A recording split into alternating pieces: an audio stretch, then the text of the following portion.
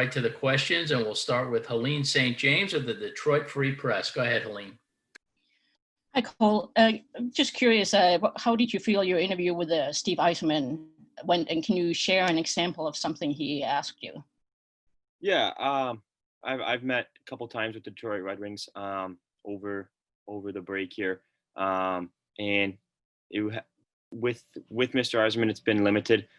He's been on the calls, but for the most part, he's had his camera off and has been very quiet, just kind of listening and been there and taking notes. He didn't really ask anything too much. It was mainly Chris Draper who was running the calls, and he was leading it and asking most of the questions. And Eiserman was not. He wasn't saying too much. He was kind of just sitting back with his screen off and I think taking notes and listening to what I had to say. Thanks, Helene. Next question comes from John Mattis of The Score. Go ahead, John. Hey, Cole. I've heard you described as a hockey savant, like a real hockey nerd. Would you agree with this assessment? And if so, what is behind the obsession, and which NHLers do you like watching most?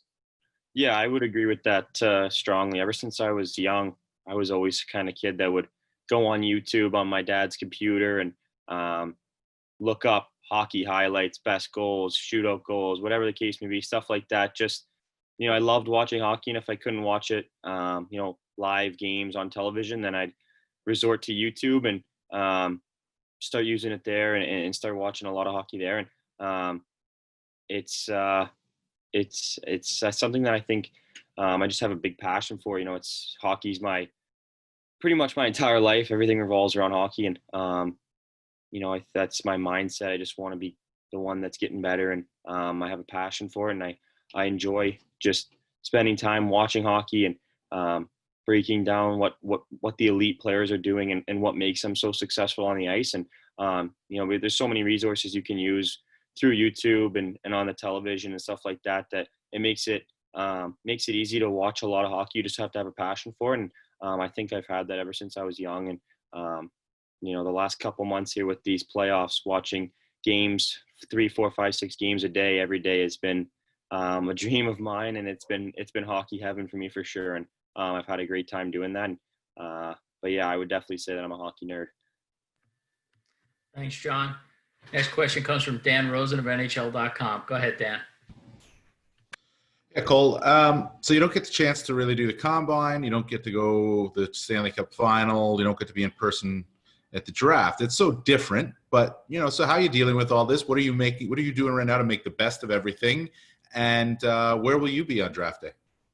Yeah, so it's definitely not as planned. Growing up, watching the combine, watching the draft and everything in between, I kind of had a picture in my mind of what it would be like. And obviously it's been uncertain times, and it's been such a fluid summer, and things have been changing. And I've just kind of learned how to go with the flow and, deal with adversity. And, it's tough to deal with having your, when you kind of dream of having things the way it's going to be normally, going to miss going up on the stage and getting that full draft experience. But the way I look at it is I'm going to be able to spend my draft day with all my family and friends, the ones that have been supporting me and with me through it all. And it's going to be unique. And even though it's not the traditional way and the way I dreamed of it, it's going to be great to be able to spend the day with my family and all my close friends that, were there for me all through all these years and supported me. So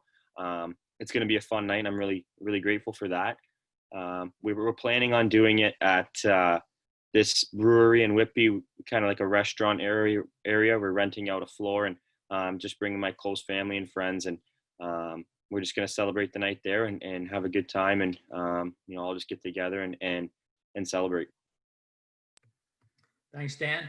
Next question comes from Justin Bradford of Penalty Box Radio. Go ahead, Justin. Hi, Cole. So we see that you're obviously a leader in the community, being involved with Vets Friends and just doing so many different things for the first responders and healthcare workers. Why is it important to you to be a big part of the member of the community that you're playing in? Yeah, well, it's big for me because I want to give back. I think without the fans, without the community behind us and supporting us, we wouldn't be able to be a team in Saginaw, and we wouldn't be able to survive. And They're really the backbone of our organization, and without them, what we do wouldn't be possible. So it's the least I could do to, give back in the areas that I can. And I think through Fet's Friends, to the pediatric center at Covenant Kids, and through the first responders through COVID and all that kind of stuff, it's I just feel that it's the least that I can do to help give back. They support us and provide us a chance to play in Saginaw, and cheer us on every night. So it's important to me, and I find it a very big deal that we give back, and we recognize them and help them in ways that they need it, and because they help us in major ways too. So Thanks, Justin. Next question comes from John Warrow of the Associated Press. Go ahead, John. Hey, Cole. Yeah, John Morrow with the AP. That was a great answer to the previous question. But as a hockey nerd, though, and having watched guys, having watched guys on YouTube and film, at 5'10", I mean, a decade ago, a 5'10" guy maybe not be ranked this high in the draft.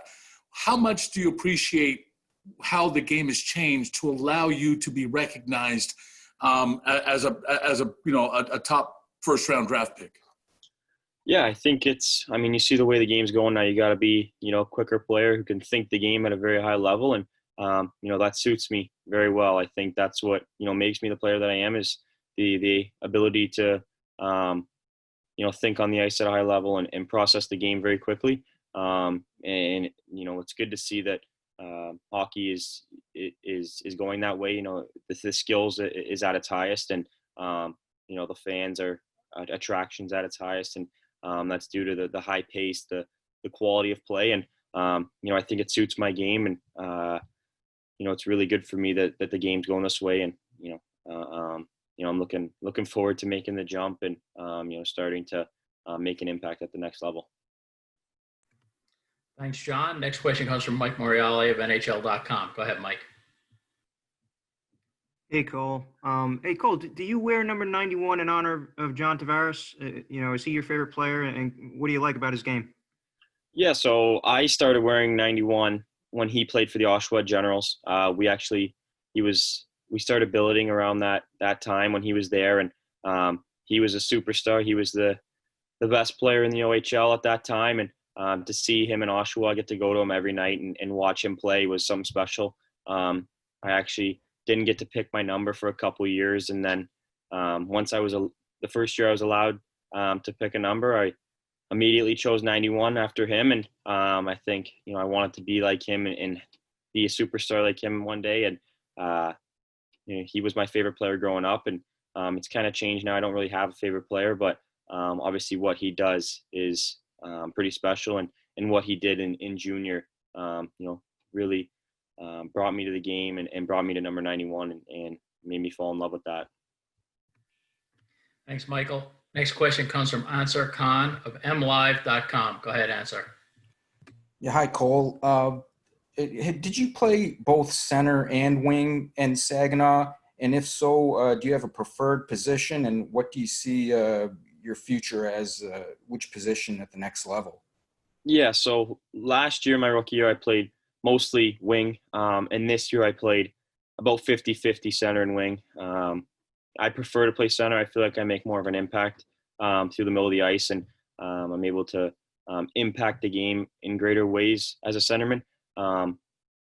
Being able to play both center and wing is going to be very beneficial when making the jump next year or the year after. I think it's going to help me to get into the lineup and play key minutes and make an impact. But I prefer center, and I just think that that's where I strive more. And at the end of the day, I'm going to play wherever the team wants me to play, and hopefully make an impact at any spot. Thanks, Ansar. Next question comes from Sam Obermeyer of SiriusXM Sports. Go ahead, Sam. Hi, Cole. Thanks for doing this today. I appreciate the time. You mentioned watching highlights, getting to watch all these playoff games back to back. When you're watching those games, what are you looking for? Is there something you're trying to learn from watching different players? So how do you watch them? Yeah, you can learn stuff from anyone. I mean, the way some guys I look for are guys that I kind of play similar game, such as Braden Point, Mitch Marner, Claude Giroux, kind of guys like that. Where their brain is so strong and is what makes them who they are. I try to pick out things that they do in their game and implement them into mine. I definitely watch a lot of highlights on those guys on YouTube, but then being able to watch them, live in a game, you can see small things that not a lot of people recognize, but it's the little things that they do, routes they take, footwork, how they delay up the wall, stuff like that, that I try to put into my game. And I definitely watch, I key on certain guys that I feel I play a similar game to, so I can take some of the stuff that makes them so successful and put them into my game for sure. Thanks, Sam. Next question comes from Alexis Belanger-Champagne from La Presse. Go ahead, Alexis. Thank you. Hi, Cole. Thank you for doing this. How difficult has it been to spend so much time off ice due to pandemic and everything? And especially, like you were saying, hockey is your life. Does that make it that much more difficult? And what did you do to maybe take advantage of this situation? Yeah, it's been tough over this COVID break. For the first couple months, there was no ice at all, and I was starting to go a little stir crazy. It was hard to deal with that, but the last couple 3-4 months, the ice is starting to open up here, and I've been able to get on a couple times a week and still work on my craft in that way. And although we're not playing games and stuff like that, which definitely sucks not being able to do that and get that competitive side out, but I'm still able to work on my skating, work on my my skills and all that kind of stuff. So I'm still doing that, and that's been a lot of fun, getting a lot of extra reps over this break. And earlier in the break and still now, something that I've really taken advantage of is my time in the gym, getting stronger, faster, and bigger. And I think that's really going to help me, and is really important for me if I want to make the jump in the next 2 years. And I think I've really taken advantage over the summer. I've had success over the summer, and I feel a lot better with my skating, and in the gym I feel a lot stronger. So I'm happy with the way it's gone, and I'm looking forward to get back to Saginaw, to the ice, and starting to play games again. Thanks, Alexei. We have time for a few more. Let's go to Nick Kotsanika from NHL.com. Go ahead, Nick. So I got to ask you about Yzerman. So what's more unnerving, having him listen to you with his screen off, or maybe, normally you'd meet him in person at the combine and talk to him face to face? What's more unnerving? And then two, like, how many Zoom calls did you do with teams? Could you take me through that process?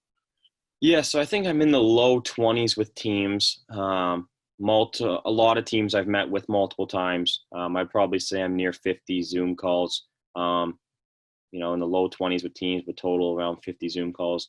And with Yzerman, it was I didn't know what to expect going into it. They were I didn't really know. I came on the call, saw his name was on, but his screen was off, and that was I didn't know what to expect. I just kind of tried to be myself, show my personality, who I was, and hopefully he enjoyed that and got a lot out of that. I think either way, I was going to be myself and express who I am, whether he was asking the questions or just listening. And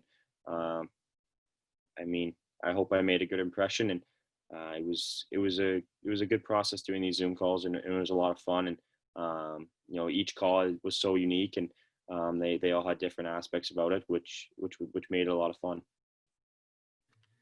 Thanks, Nick. Take a couple more. Mark Scheid from the Hockey Writers. Go ahead, Mark. Thanks, John. Hi, Cole, again. Wanted to ask about your head coach in Saginaw, Chris Lazary, just the relationship that you had with him, and what was he able to do to really get the best out of you? Because the 2 years that you've been there, the team's been outstanding. Yeah, he's obviously a great coach. It's no coincidence that we started to have success when he took over. And, he coaches a pro style, and he's really playing the new style of hockey and the way the game's going. He's pushing that, and I think that's really what's helped me. A lot of coaches are still stuck in their olden ways or in their olden days, and they're kind of chip pucks in and crash and bang, play hard, stuff like that. And you got to play within the structure to a T.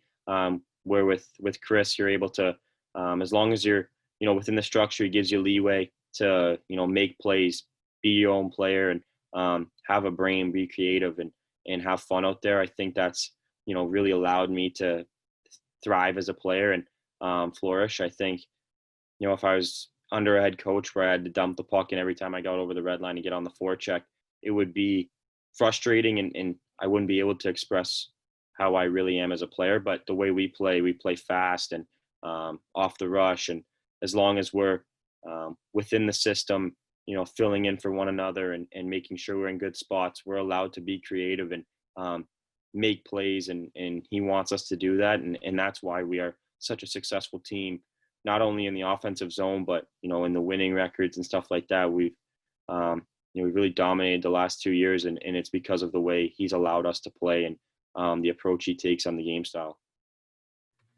Thanks, Mark. And final question comes from Terry Koshin of the Toronto Sun. Go ahead, Terry. Thanks for your time today, Cole. A lot of great answers from you. I'm just curious, a lot of uncertainty in the hockey world right now, but we do know that the World Junior will go on in Edmonton in the bubble this winter. And, never mind what happened to you last year, but have you let your mind kind of go ahead to that and the possibility of playing for Canada in that type of situation? Yeah, it's obviously a goal of mine it's been a dream of mine ever since I was a little kid, but to be so close last year and to not make it, it was definitely a goal of mine to come back and a lot stronger and bigger and make an impact and make that team and be a leader on that team. That was a goal of mine. Right now, my mind is set on still summer training, getting bigger, stronger, keep going with that. And then, wait till the draft, see what happens there and continue to work hard. And then just taking it one step at a time. I don't want to get too ahead of myself and start thinking about 3-4 months down the road. I just want to, take one day at a time, enjoy it, and, embrace the ride. I'm only going to get this year once. So I just want to, have fun and control the things I can control. And when the time comes, I'll be having my, my mindset on making that team and making an impact. But for now, it's my mindset on just, continuing having a strong summer and developing and, getting better for December whenever the OHL starts, and then, making that impact at the World Junior Tournament. Thanks, Terry. Cole, thanks for taking the time. Those were some thoughtful, terrific answers. I know I enjoyed it, and I think everybody else did.